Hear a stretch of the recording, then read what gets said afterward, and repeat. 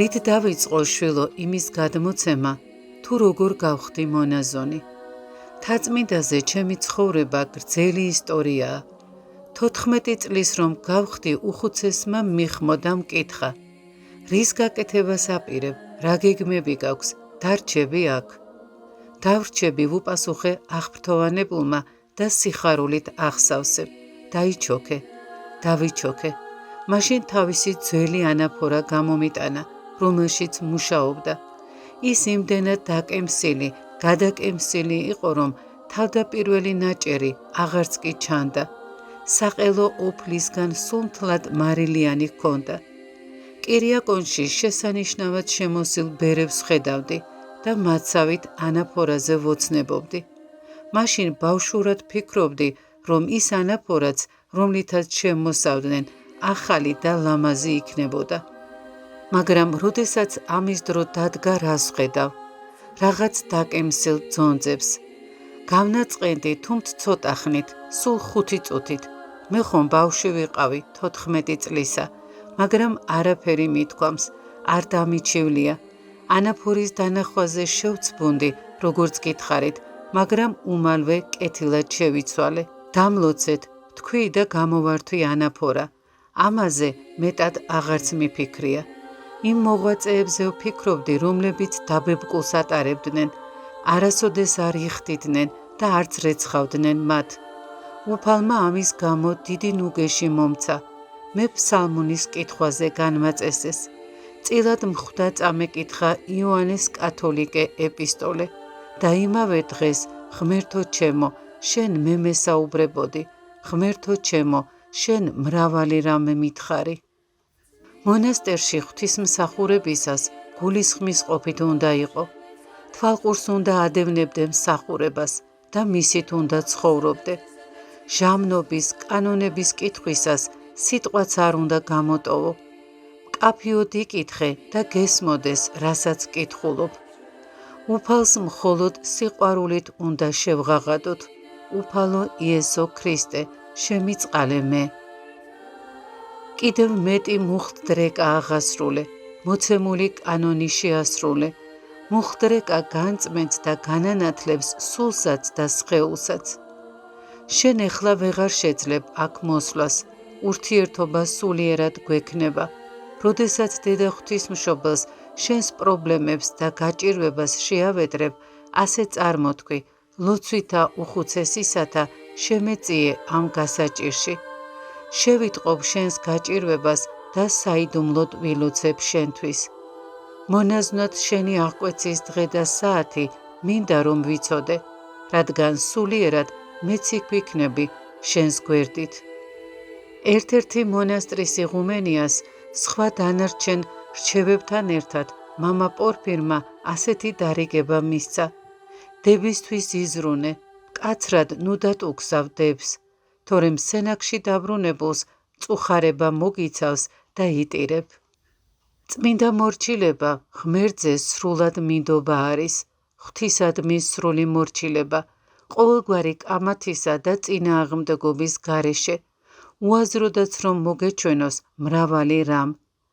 ეს არის ის, რასაც ჩვენ საღმრთო ლიტურგიაზე წარმოვთქვამთ.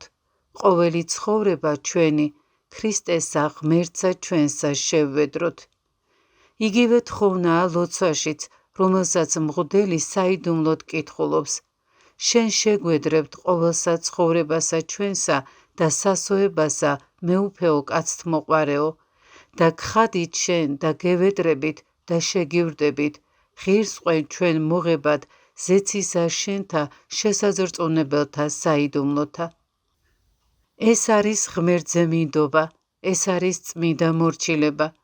ის გარდაქმნის ადამიანს და მას ღმერთკაცს ხდის. მორჩილი ადამიანი თავის შინაგან მდგომარეობას აცნობიერებს და რაც არ უნდა ცოდვილი იყოს იგი, თავის პიროვნებას არ კარგავს. მან იცის, რომ ცოდვილია, წუხს ამისთვის, მაგრამ სასოწარკვეთას არ ეძლევა, არ უძლურდება. ის, ვისაც წმინდა მორჩილება გააჩნია, არ კამათობს, ანუ არ ეწინააღმდეგება. იგი თანახმაა, რომ სხვა ადამიანები ამოწმებდნენ მას, შენიშვნებს აძლევდნენ, მაგრამ მორჩილი არ ღიზიანდება და თავს არ იმართლებს.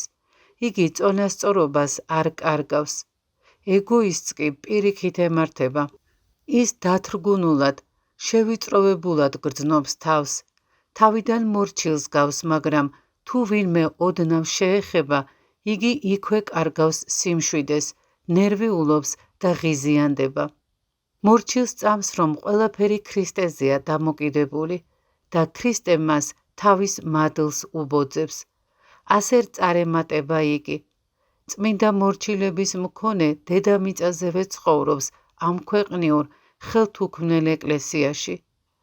მას მუდმივ უსიამოვნებაშიც კი ქრისტეს მიერი სიხარული აქვს, რაც წმინდათა ცხოვრებაში ჩანს.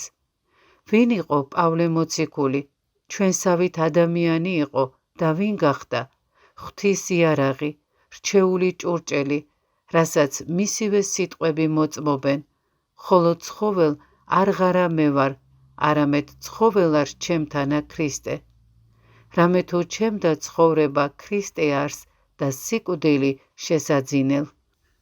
პავლე მოციქული ქრისტეს სიყვარულით იწვოდა და მორჩილებამ მასთან აღიყვანა. ღვთისათვის უნდა იწოდე, ამაშია ყველაფერი. მოყვასისა და ღვთის სიყვარული თუ გაქვთ, მაშინ ღმერთი მორჩილებას მოგცემთ, სიწმინდეს მოგანიჭებთ. ხოლო თუ ღვთისა და მოყვასის სიყვარული არ გაგაჩნია და თუ ზარმაცობ, მაშინ სატანა გაწამებთ.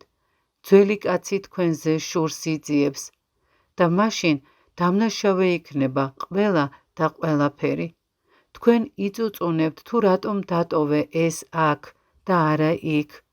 ყველაფერს სამსახურს ან დაღლილობას დააბრალებთ. იტყვით, რომ ამ მდგომარეობიდან აღარაფერი გამოვა, რა ზომამდეც მივედი. როგორ შემეძლო ასე მოქცევა და ვერ მიხვდებით თუ რამ გამოიწვია თქვენი ეს მდგომარეობა. ეს კი თქვენზე ინსტინქტების შურისძიებაა. როდესაც ადამიანი უღმერთოდ ცხოვრობს, შინაგანი სიმშვიდის და ნდობის გარეშე და როცა იგი სტრესულ, მშფოთვარე, სასოწარკვეთილ მდგომარეობაში იმყოფება, მაშინ ადამიანი სნეულდება, როგორც ფიზიკურად, ასევე სულიერად. ფსიქოასთენია, ნევროზი, პიროვნების გაურება, ყველა ეს მდგომარეობა დემონურია. დაბლად მეტყველებაც დემონურია. ნამდვილი სიმდაბლე არ ლაპარაკობს. იგი თავმდაბლურ სიტყვებს არ ამბობს, ცოდვილი ვარ, უღირსი და ყველაზე უკანასკნელი ვარ. თავმდაბალ ადამიანს ეშინია, რომ დაბალ სიტყვაობით ამ პარტავნებაში არ ჩავარდეს. ამ ცოდვას ღვთისმადლი არ ეკარება. პირიქით, ღვთისმადლი იქ არის, სადაც ნამდვილი სიმდაბლეა, საღმრთო სიმდაბლე, სადაც ღმერთზე სრული მინდობა და დამოკიდებულებაა. უაღრესად მნიშვნელოვანია ღვთის მიერ რომ წარემართებოდე და არავითარი შენი ნება არ გქონდეს. მონას თავისი ნება არ გააჩნია. იგი იმას აკეთებს, რასაც მისი ბატონი მოისურვებს. მსგავსადვეა ღვთის ერთგული მონაც. შენ უფლის მონა ხდები, მაგრამ ღმერთში იღებ თავისუფლებას.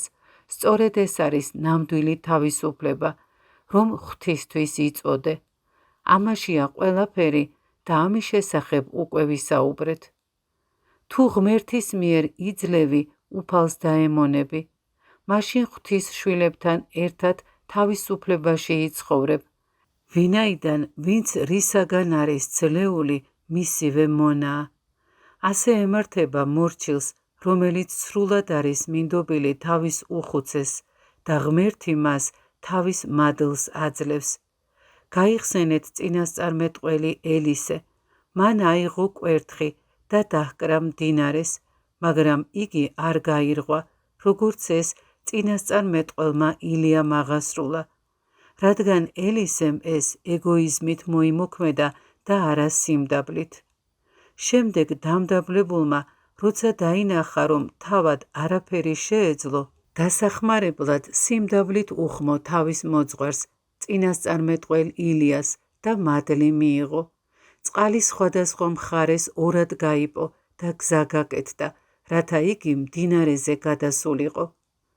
რა თქმა უნდა, მცირედი ძალისხმევაც აუცილებელია, მაგრამ სრული სიმდაბლე მხოლოდ ძალისხმევით და ღვაწლით არ მოიპოვება. ეს არის მადლის მიერი ნაყოფი. ამას საკუთარი გამოცდილებით გეუბნებით, ყველაფერი რაც გამაჩნია მადლის მიერია. არათუმცა უფალმან აღაშენა სახლი, ცუდად შურებიან მაშენებელნი მისნი, ყველაფერს ქრისტე გვანიჭებს. ყველაფრით თავმდაბლები უნდა ვიყოთ, გონებით, სიტყვით, ქცევით. ნურასოდეს ვიტყვით ღვთის წინაშე, რომ სათნოებები მაქვს. ღმერთს ჩვენი სათნოებები არ უნდა. ღვთის წინაშე ყოველთვის წარსდეგი როგორც ცოდვილი, მაგრამ სასოწარკვეთის გარეშე. არამედ ვითარცა მოწყალემან, განვწმინდე მრავლითა წყალობითა შენითა და შემიწყალე მე. საკმარისია საიდუმლოს მოძიება. ხოლო საიდუმლოს ქრისტეს სიყვარული და სიმდაბლე წარმოადგენს. სიმდაბლეს ქრისტე მოგვანიჭებს. ჩვენი უძლურებით უფლის სიყვარული არ შეგვიძლია. დაემან შეგვიყვაროს ჩვენ. გულით შევთხოვოთ უფალს, რათა შეგვიყვაროს და მისი სიყვარულის მოშურნეობა მოგვანიჭოს.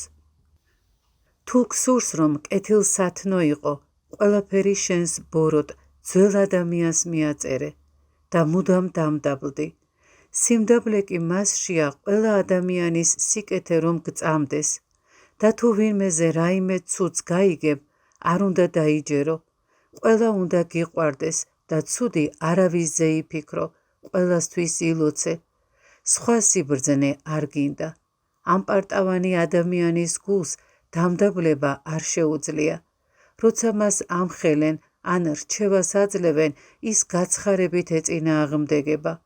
ხოლო როცა აქებენ და ელაქუცებიან, მაშინ ის შეუფერებლად იქცევა. რაც არ უნდა უთხრა, ყველაფერს დიდ ამპარტავნებამდე მიჰყავს. ის საკუთარი თავით არის დაკავებული და სულ თავის გარშემო ტრიალებს.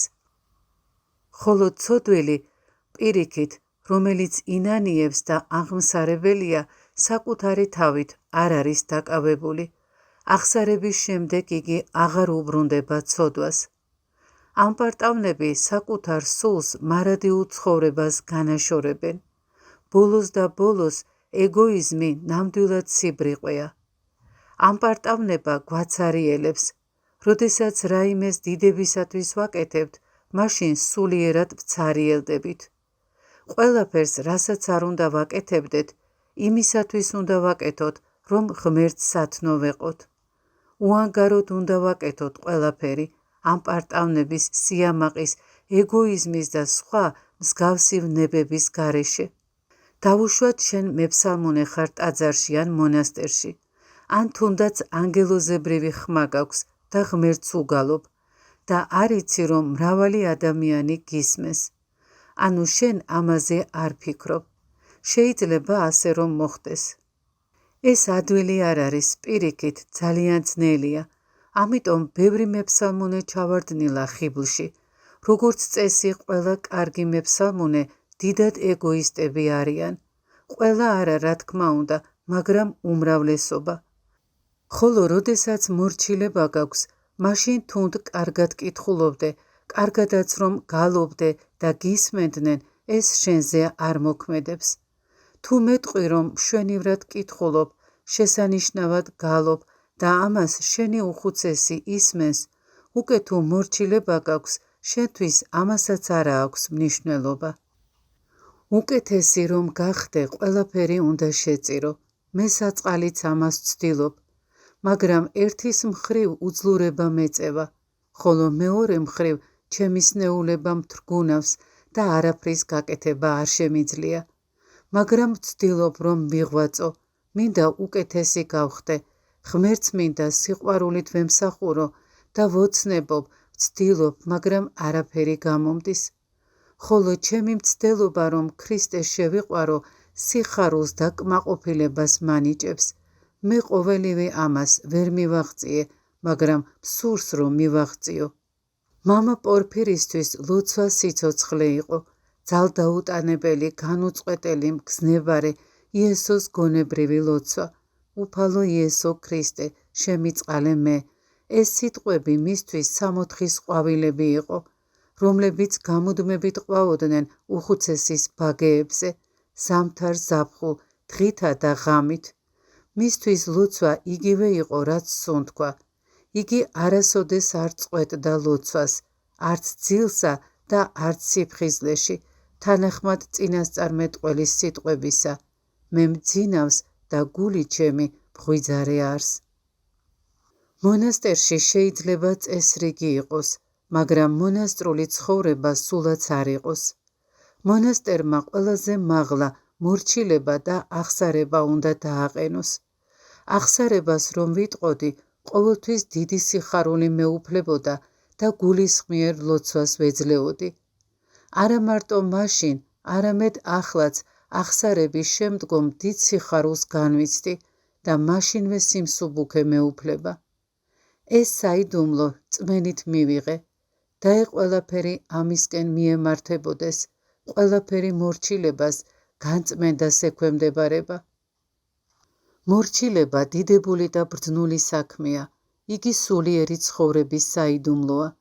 მისი გაგება შეუძლებელია, მაგრამ ღვთის გაგებით მორჩილებით ცხოვრობდი და ვიცი, თუ რაოდენ მადლიანი რამაა იგი, რაოდენ სრულყოფილია და უზრუნველი უფალს ემორჩილებოდე, ემსახურებოდე და უხუცეს მორჩილებდე. მორჩილება ძალიან მნიშვნელოვანია, დიდი სათნოებაა იგი, ეს თავად არის სიმდაბლე. სიხარულით, სიამოვნებით უნდა მორჩილებდე, თუნდ სწორიც რომ არ იყოს უხუცესის მოთხოვნა. ასეთ მორჩილებასაც დიდი ფასი აქვს. ამ მორჩილებას ღმერთილ მობიერად მოხედავს. მე მოყვარენი ჩემნი მიყვარან და რომელნი მეძიებდნენ მე პოვონ მადლი. მორჩილებით ადამიანი ყოველმხრივ იცვლება. იგი უფრო მხნე, უფრო ჭკვიანი და ძლიერი ხდება, ყოვლითურთ ახლდება. ქრისტემ შემიყვარა მე და მორჩილების აღსრულების მადლი მომანიჭა.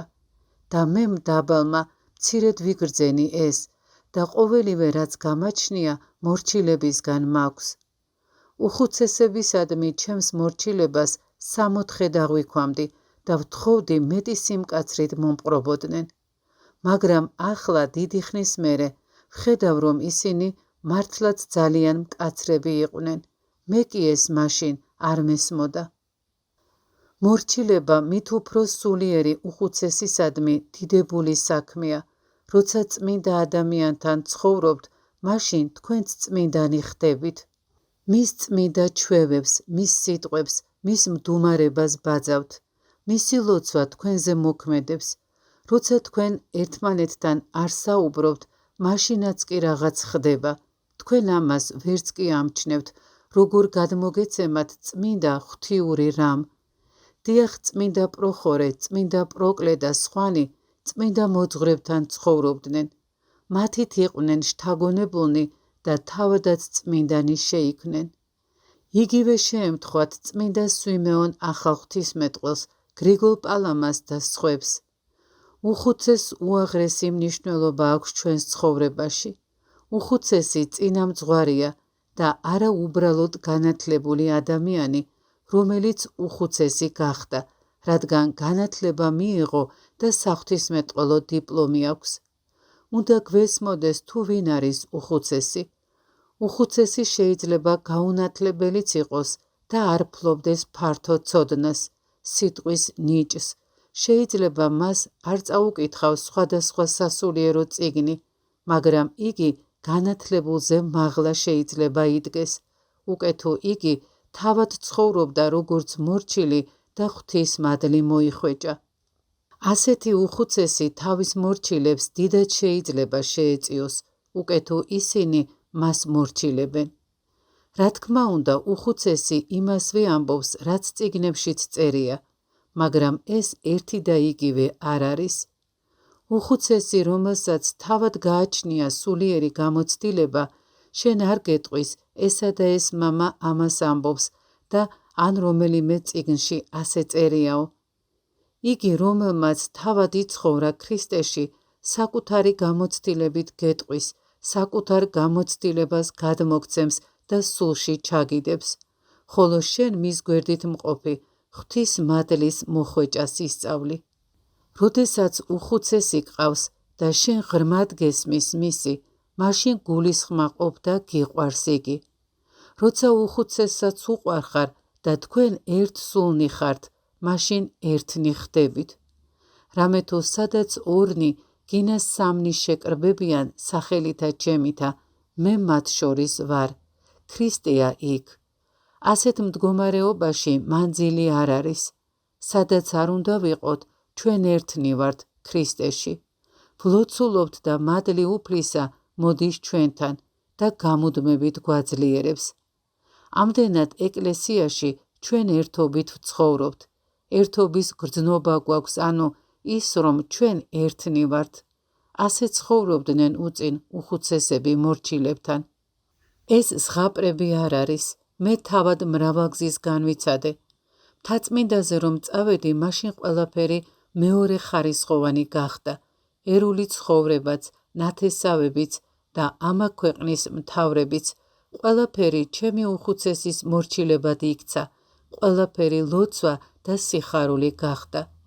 კავსო კალივიაში ყველაფერი ზეცად გადაიქცა, მაგრამ როდესაც დაღლას გრძნობდი, მაშინ მშობლების და ერის მონატრება მთრგუნავდა.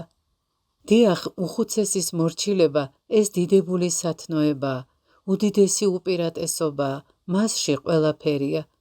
მორჩილება უნდა გაიარო, უნდა აღივსო ცხოვრებისეული სიძნელეების დასაძლევად, რათა მზად იყო წინახსადგომად. თუ სიმდაბლე არ გაქვს და არც მორჩილება, მაშინ არც ღვთის მადლი გექნება. თუ სიმდაბლეს და მორჩილებას არ გამოივლი, წარედ დაიტანჯები. ურჩობა ეგოიზმის და თავის მოყვარეობის ბრალია. დიდებული საქმეა მორჩილება. ურჩობა ეგოიზმმა და ამპარტავნებამ წარმოშვა. ამისთვის განვიგდეთ სამოთხიდან. ეგოისტი ვერასოდეს შეძლებს მორჩილებას. მას მუდამ სხვათა ნათქვამის გადამოწმება სურს.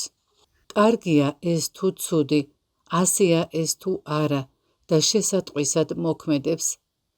ან ეგოისტი ადამიანი წინააღმდეგობით და კამათით ასრულებს დავალებას, ფიქრობს, რომ ამით იგი საკუთარ თავისუფლებას წარმოაჩენს, მაგრამ მორჩილებაში ადამიანი ჭეშმარიტ თავისუფლებას პოვებს, ხოლო მონობა ის არის, რაც მას ურჩობას აიძულებს. მორჩილებით ადამიანი ღვთის შვილთა თავისუფლებაში შედის. გამოქვაბულში მცხოვრებნი ამას გამოცდილებით განიცდიან. ეს არის განღმრთობა, რომელშიც ყველაფერია. ისინი ღმერთს უერთდებიან, სულიწმინდას მოიხვეჭენ და ამით არ დაცხრებიან. ღმერთი უაღრესი სრულყოფილებაა, უაღრესი ნეტარებაა. ღმერთთან ერთიანობა ამ ყველაფერს მოიცავს თავის თავში. ეს შეერთება სიხარულით აღავსებს. არც ერთი სხვა სიამოვნება არ აღემატება იმას, რასაც ღმერთთან ერთობა ჰქვია. ეს არის სიამოვნება, რომელიც ყოველ გონებაზე აღმატებულია. ეს მათი სიამოვნებაა, ვინც ღმერთს მიანდო თავი და ეს ყველაფერი ღვთის შემწეობით ხდება. მადლი თუ მოქმედებს, მაშინ ზებუნებრივი რამ ხდება. ილოცეთ, რათა ღმერთმა ღირსი გაგხადოს, რომ მცირედ მაინც ვიგრძნოთ და ვიცხოვროთ ამ დიდებულებით, თუნდაც მცირე ხარისხით.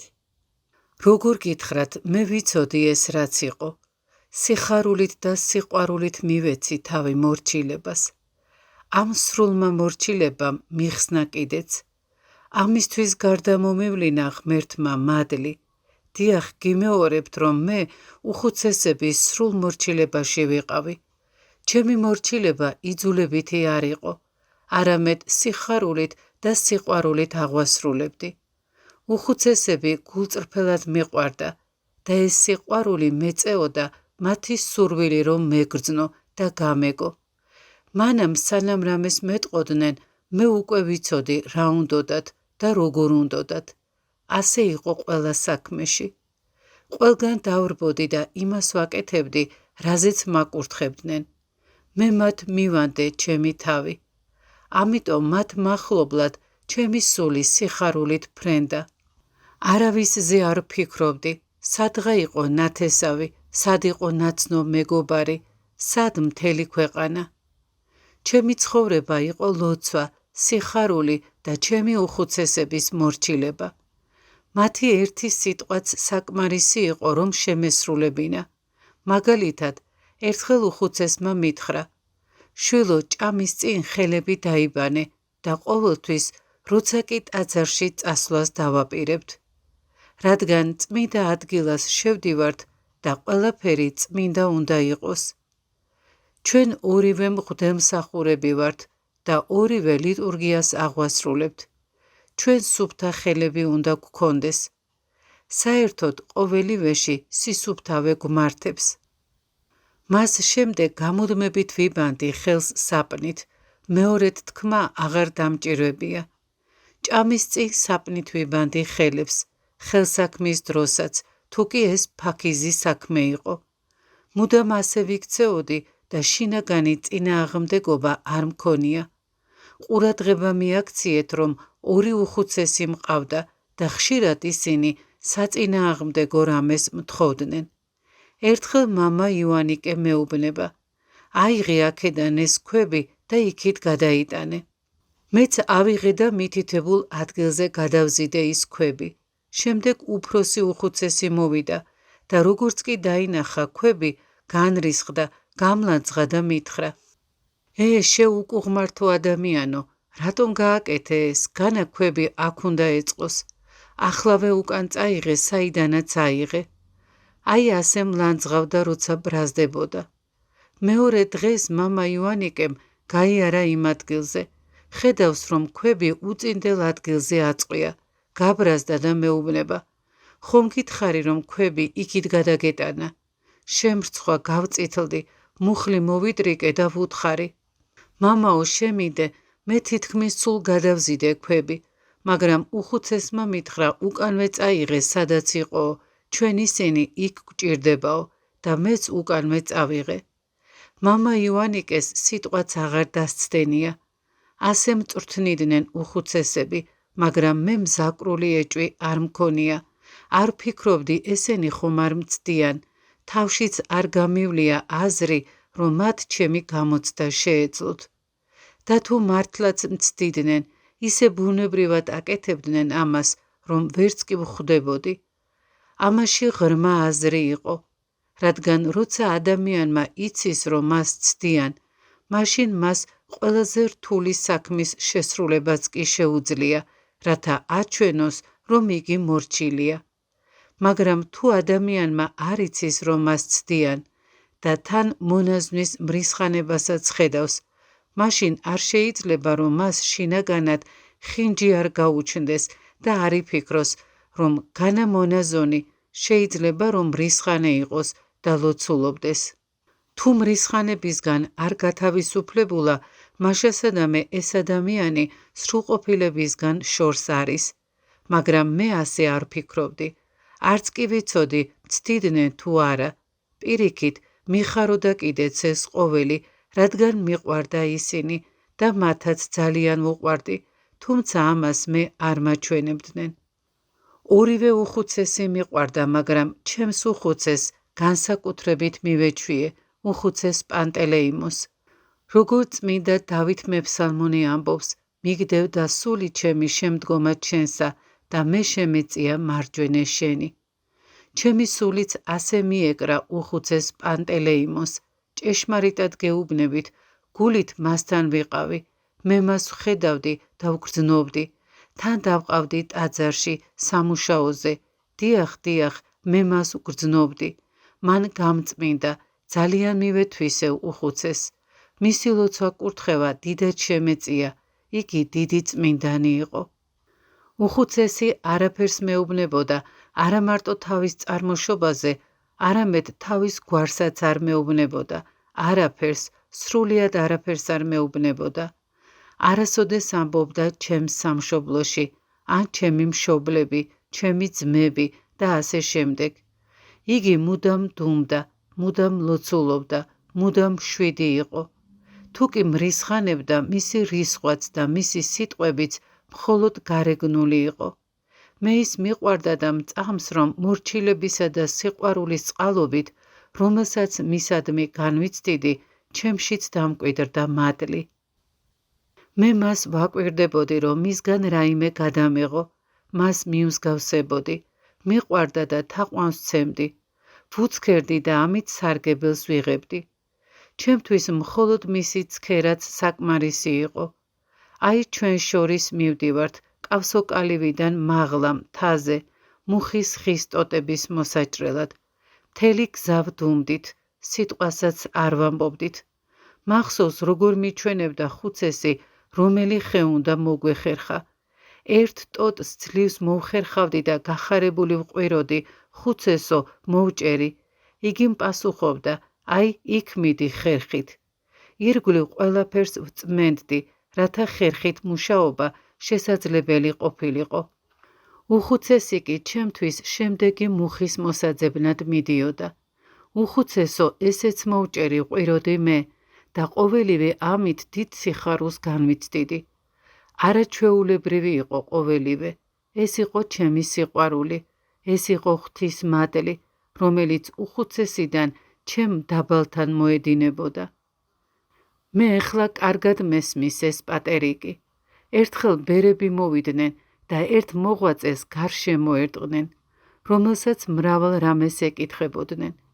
ერთ-ერთი ბერი იჯდა და არაფერს ამბობდა. ის უხუცესის სახეს შესცქეროდა, რომელსაც ყველა რაღაცას ეკითხებოდა. ის კი არავის არაფერს ეკითხებოდა. მაშინ მე უდაბნოემ ვკითხა მას. შენ რატომ არაფერს მეკითხები, შვილო? შენთვის არაფერი არ გაურკვეველი? მან უხუცესს უპასუხა, მე სხვა არაფერი მინდა უხუცესო, ჩემთვის შენი ცქერაც საკმარისია. ესე იგი ის მადლით ტკბებოდა, შეიწოვდა მას, მისგან საღვთო მადლს იღებდა. ღირსის სვიმეო ღვთისმეტყველიც ამას ამბობდა, რომ თავისი უხუცესისგან მიიღო მადლი. ერთხელ მამა პორფირს ვკითხე, უხუცესო, რა განსხვავებაა მორჩილებასა და სიმდაბლეს შორის? ეს ერთი და იგივეა, ღიმილით მიპასუხა უხუცესმა. არ შემიძლია ახლა გადმოგცეთ და მაგალითით გიჩვენოთ, თუ რა არის ნამდვილი მორჩილება. მორჩილებაზე თუ ვისაუბრებთ და ვიტყვი, წადი და ყირაზე გადადი და შენ თუ ამას შეასრულებ, ეს არ არის მორჩილება. მაგრამ როცა შენ შორს ხარ მორჩილებაზე ფიქრისგან, როცა ამ თემაზე საერთოდ არ ფიქრობ და უცებ გთხოვენ რაღაცის გაკეთებას და სიხარულით შეასრულებ ამას, სამუშაოზე იქნები, ნამძინარები თუ მზადყოფნაში საერთოდ არ იქნები, მაგრამ მაინც დაემორჩილები, აი მაშინ შენი საქციელი გამოაჩენს, ასრულებ თუ არა მორჩილებას. ზედმიწევნით ვიცავდი ჩემი უხუცესების მცნებებს. ისინი მეუბნებოდნენ, ნუ მოყვები იმის შესახებ, რას ვაკეთებთ და რა წესი გვაქვს სენაკში. თუ გზად შეგხვდა ვინმე მონაზონი და გეტყვის დამლოცეო, კრძალვით და ქრისტეს მიერი სიყვარულით უპასუხე მას, დამლოცეთ. თუ კი უხუცესი იქნება, ხელზე ემთხვიე. თუ კი გკითხავს, როგორ ცხოვრობენ შენი უხუცესები, უპასუხე, კარგად თქვენი ლოცვით და მაშინვე გააგრძელე გზა. მეტს ნუ ილაპარაკებ. თუ ვინმე წამოგეწევა და რაიმეს გკითხავს, ნუ შეჩერდები და ნუ უპასუხებ, რადგან ყველა მონაზონი არ არის სათნო და მათ სიფრთხილით უნდა მოეპყრა. რასაც კითხავენ, ყველაფერზე უპასუხე, არ ვიცი, წინამძღვარს კითხეთ. უთხარი დამლოცეთკო და წადი. უკე თუ გეტყვიან მასწავლე ხაწერა, გალობა ან სხვა, არ მოусმინო, შენი გზით წადი. ერთხელ წმინდა ნიფონტის გამოქვაბულში გამგზავნეს. გზაზე 3 ერისკაცი შემხვდა. ასე უწოდებენ წმინდა მთაზე არამონაზონს. რომ მივუახლოდი, ჩვეულებისამებრ ვუთხარი დამლოცეთ და გზა გავაგრძელე. რადგან ველურად გამოვიყურებოდი, ამდენად ერთმა მათგანმა თქვა, რა საწყალი ბიჭუნაა, გონი ვერ არის. მე მათ უკვე გავცდი, მაგრამ კარგი სმენა მქონდა. ეს რომ გავიგე, გამიხარდა ასეთი დამცირება და ჩამეცინა. ის მართალია, გავიფიქრე, სრულიად მართალი, მაგრამ რა შეიძლება ჩემი სიგიჟის შესახებ იცოდეს?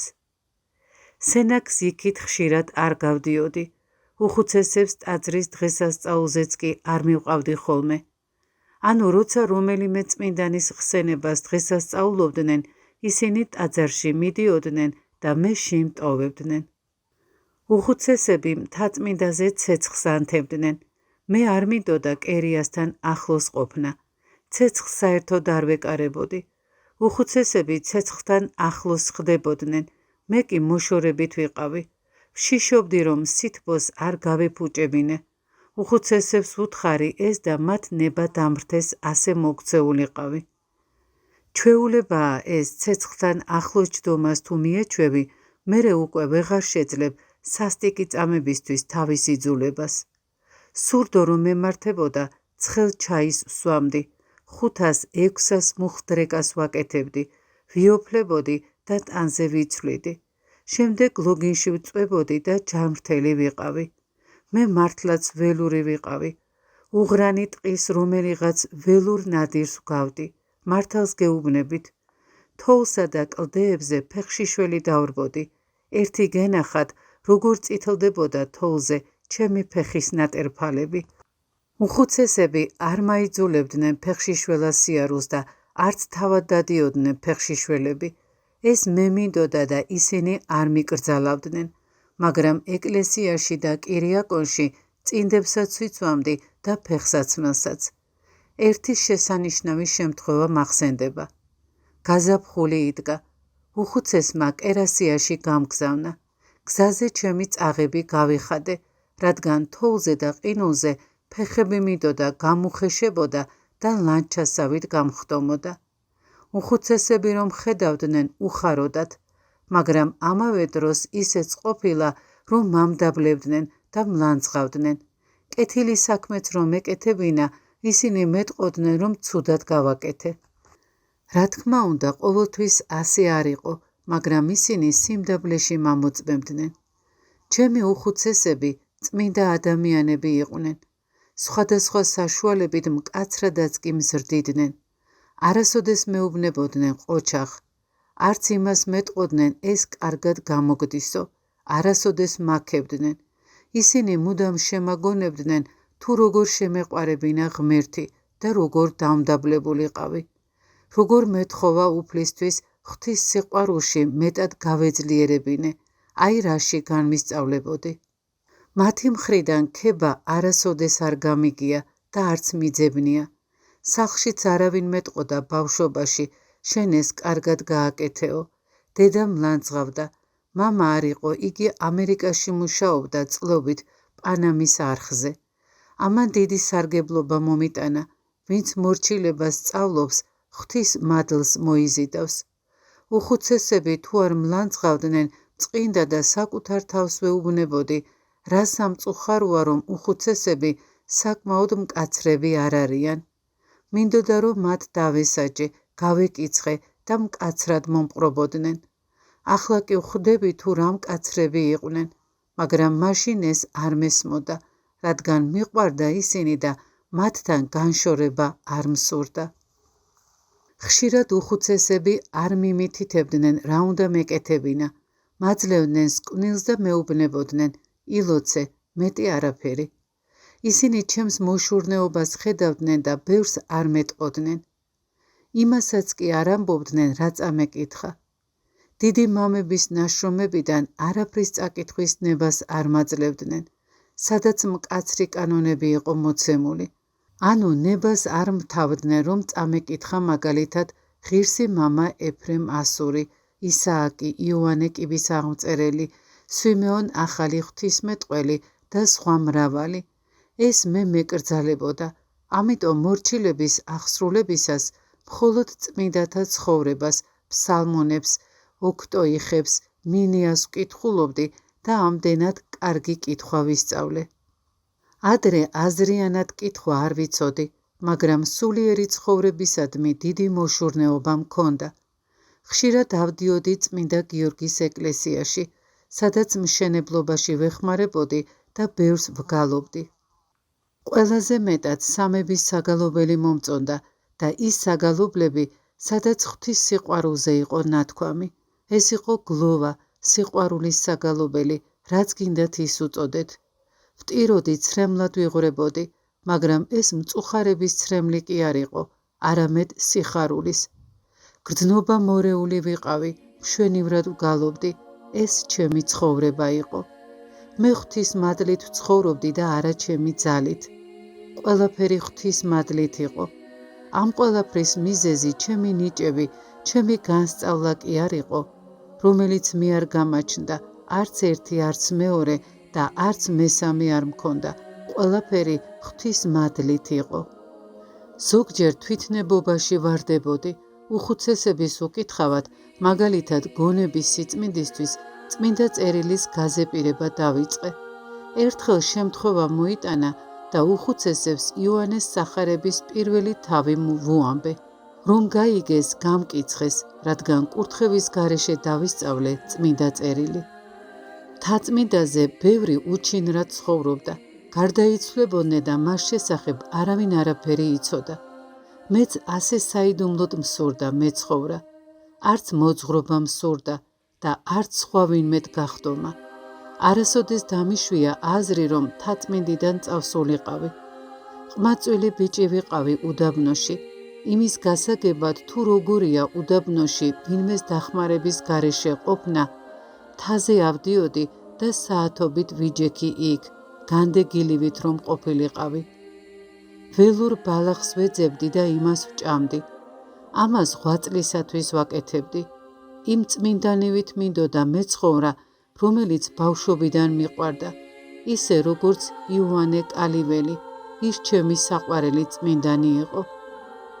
მე მას ვბაძავდი, გაოგნებული ვიყავი თუ როგორ შეძლო მან მშობლების გვერდით ცხოვრება.